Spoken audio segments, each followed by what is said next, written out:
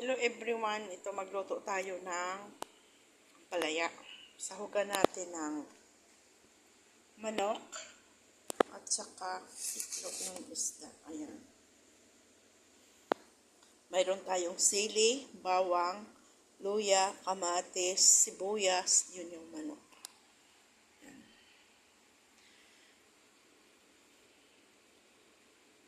Ayan po.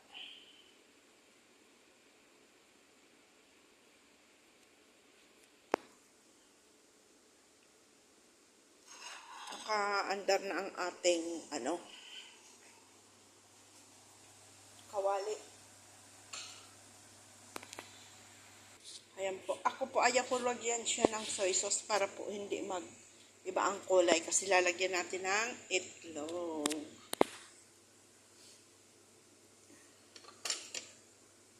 Isahin na natin. Ilagyan ko lang po ng konting mantika. Ayaw ko po yung maraming mantika. Hindi na po kasi tayo pabata.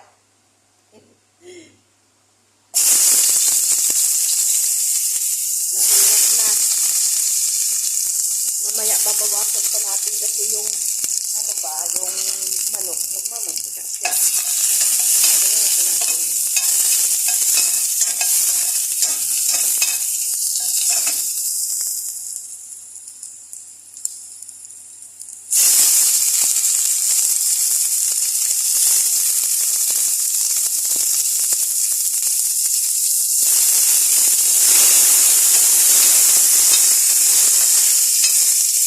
Pero bago natin ilagay yung itlog yung manok, yung kamatis, kailangan muna natin yung itlog ng isda para hindi yan.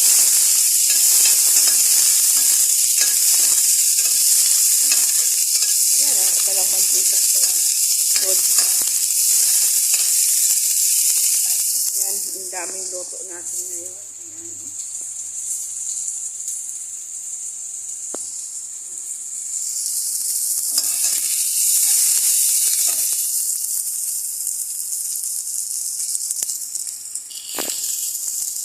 Lagyan na natin yung itlog ng isda.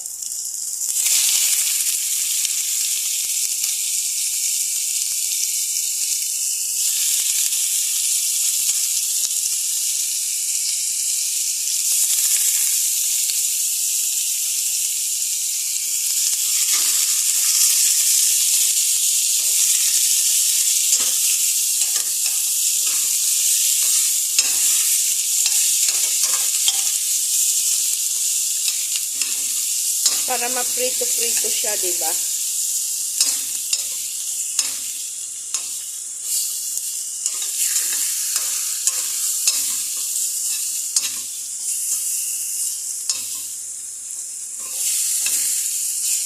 Lagyan rin natin yung manok.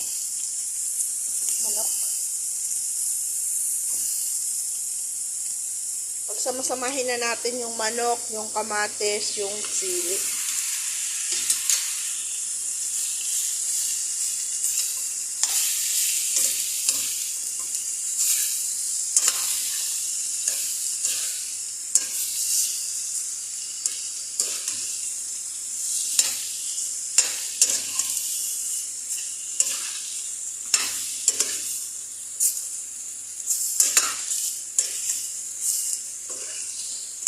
Ay, naku, Lord.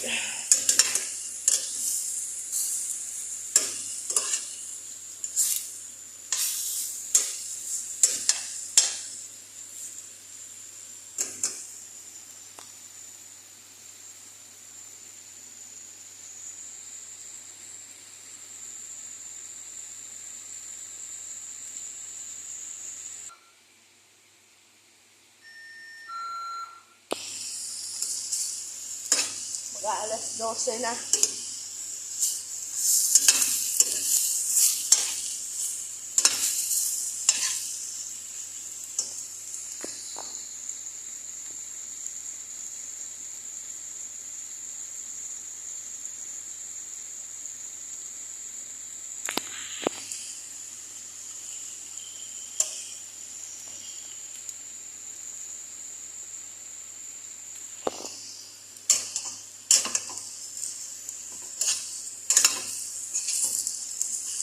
yung ano pa lang yun, yung ano ba yun, yung laundry pa lang. Hello po sa inyong lahat, hindi pala po ako nag-intro. Sorry. Maraming salamat po sa walang sawang suporta ninyo sa akin na lagi tayo nandyan. Ingat po tayo lagi. Lalo na sa mga panahon ngayon. At sana po nakikiusap po ako na pasupport po ng YouTube channel ko, Yolanda Eleuterio. At kung saan man po nakakaabot ang YouTube ko, ang mga post videos ko, paki-comment man po kayo. At pasupport po. Yung mga hindi pa po nakasubscribe, pwede po pasubscribe naman po ng YouTube channel. Kailangan ko po ang help ninyo para po ako makapag-monetize ng mga videos ko. Ma-monetize lang po ako sa mag-viral ng isang video. Maabot ko yung 4K followers, ay 4K views po. Sana po wala po kayong sawang magsuporta sa akin. Need ko po talaga ang suporta ninyo para sa pamilya ko, lalo na sa asawa ko. At sa mga, gusto ko rin po na makatulong sa mga senior citizen at sa mga bata na higit na nangangailangan. Someday po, sana po matupad po ang pangarap ko na yun. At saka po, gusto ko na rin po mag-forward, napapagod na rin po ako.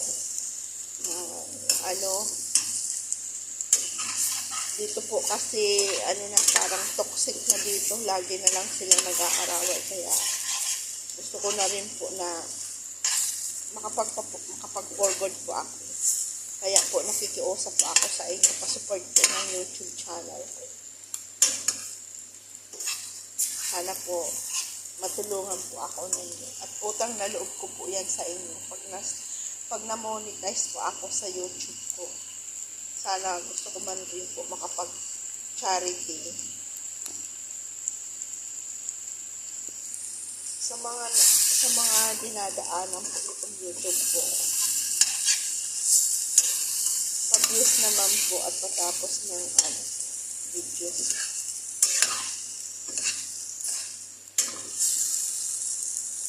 Sana po lagi niyo po akong suportahan.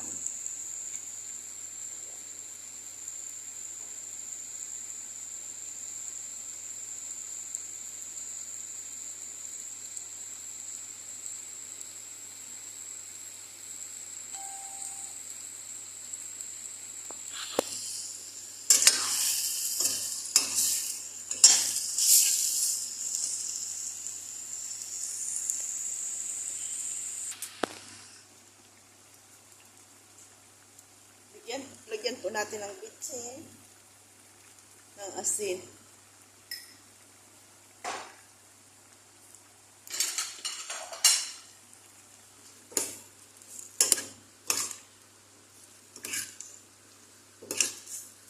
Huwag natin lagyan para yung itlog ng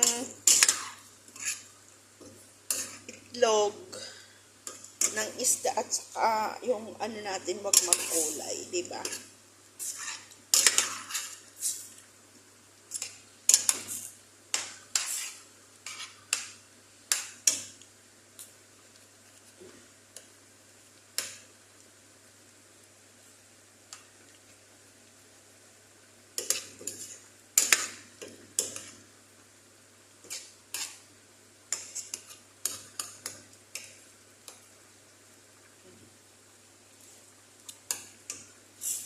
Paluto-lutuin po muna natin yung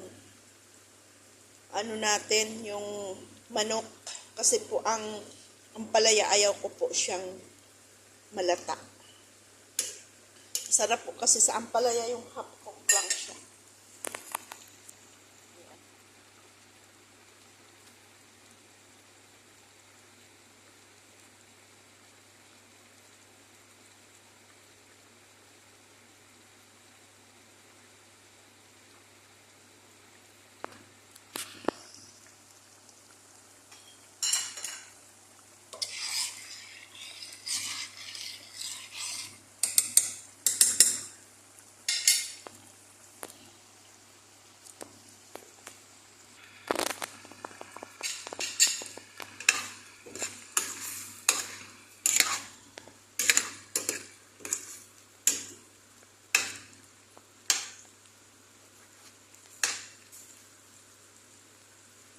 uli natin yung itlog.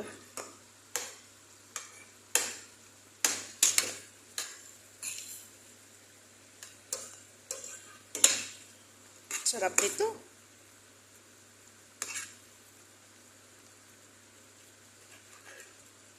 Ito ang gustong-gusto kong luto sa ampalaya. Yung marami siyang itlog.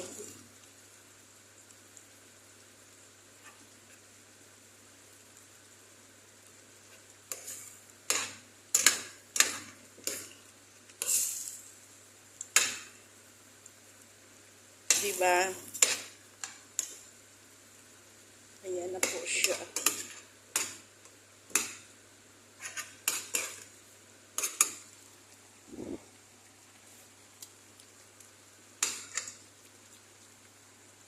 Ayan. Lalagay na natin yung ampalaya.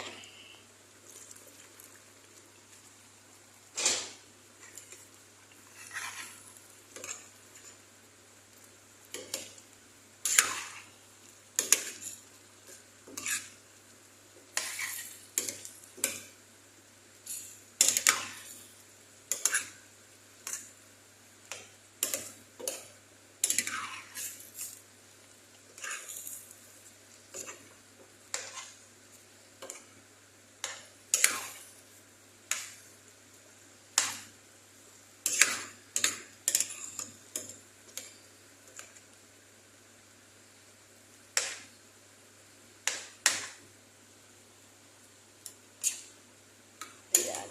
Magtutubig po kasi itong ampalaya. Kalami kaayo. Natin ano ha. Kasi lalagyan pa natin siya ng itlog.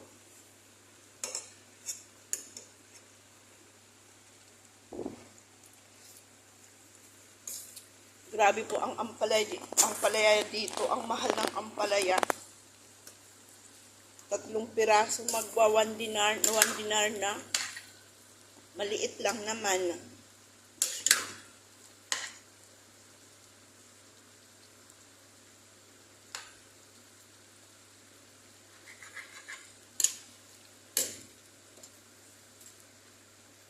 Pero pag talagang gusto mong kumain, bibili ka talaga.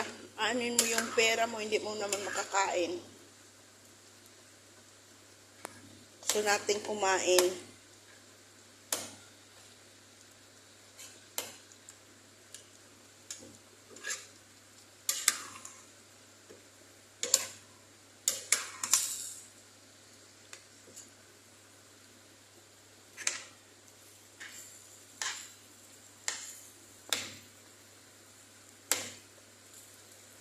Sarap nito.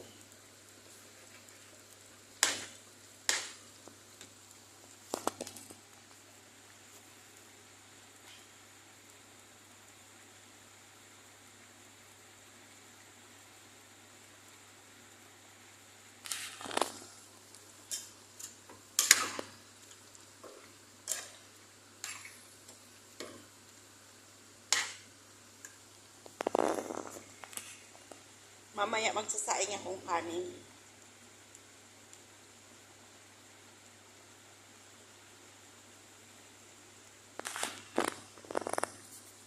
Ilang pa yung asin niya?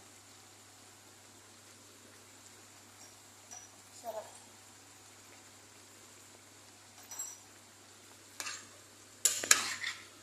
Ayaw ko po kasing mag-asin na yung isahan na asin.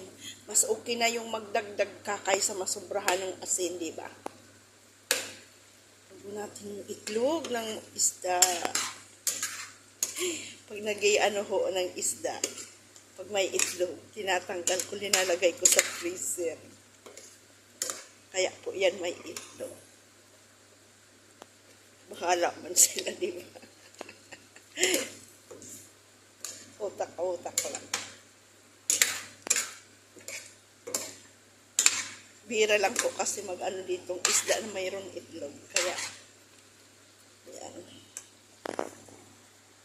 Lalagyan din natin siya ng natural itlog. Ayan po, pinisak mo na yung 3 itlog.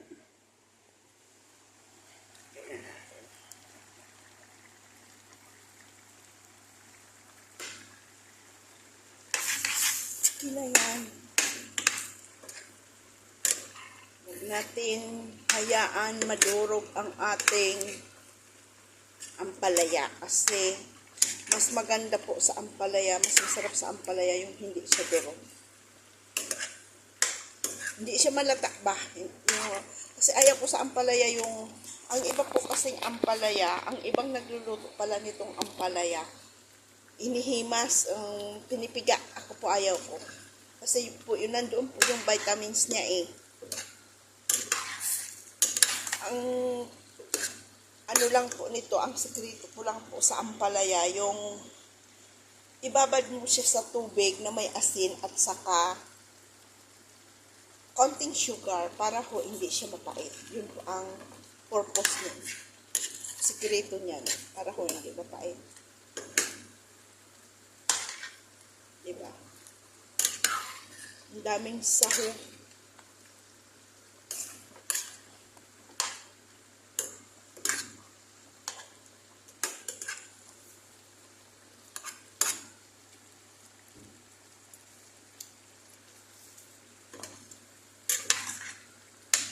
May konting kagat, dissolve.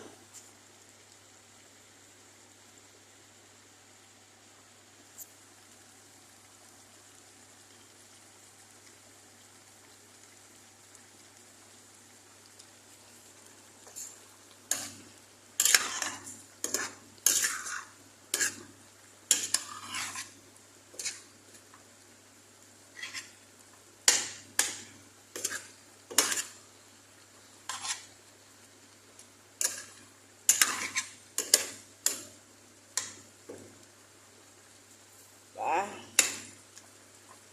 sarap to, crunchy, crunchy, crunchy.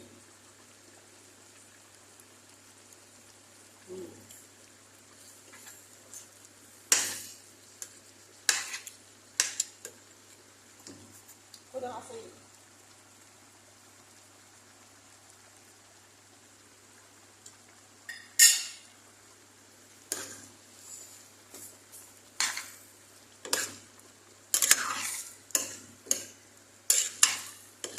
Diba?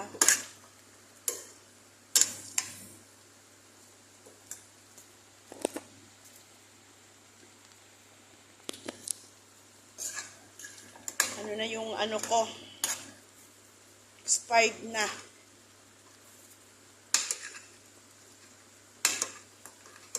Dinurog ko masyado yung sili kasi ano ho?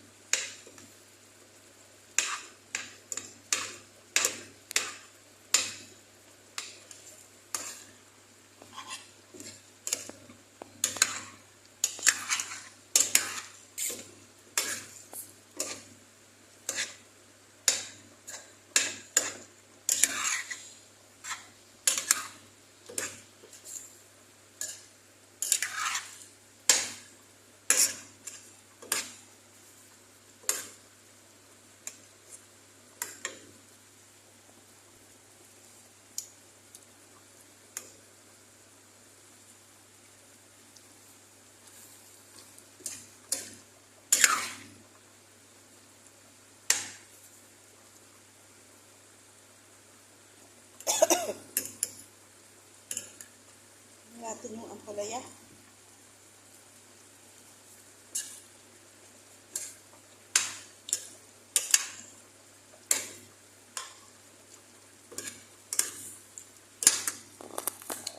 Okay na po yan.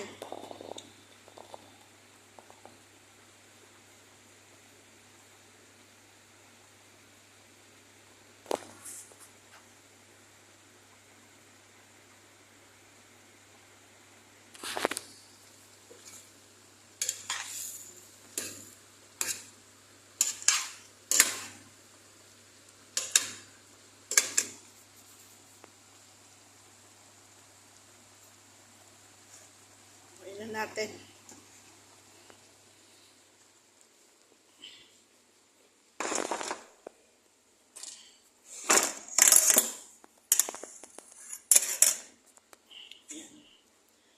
Thank you for watching po. Maraming salamat sa inyong lahat na walang sawang suporta. Ayan na po ang ating Better Melon.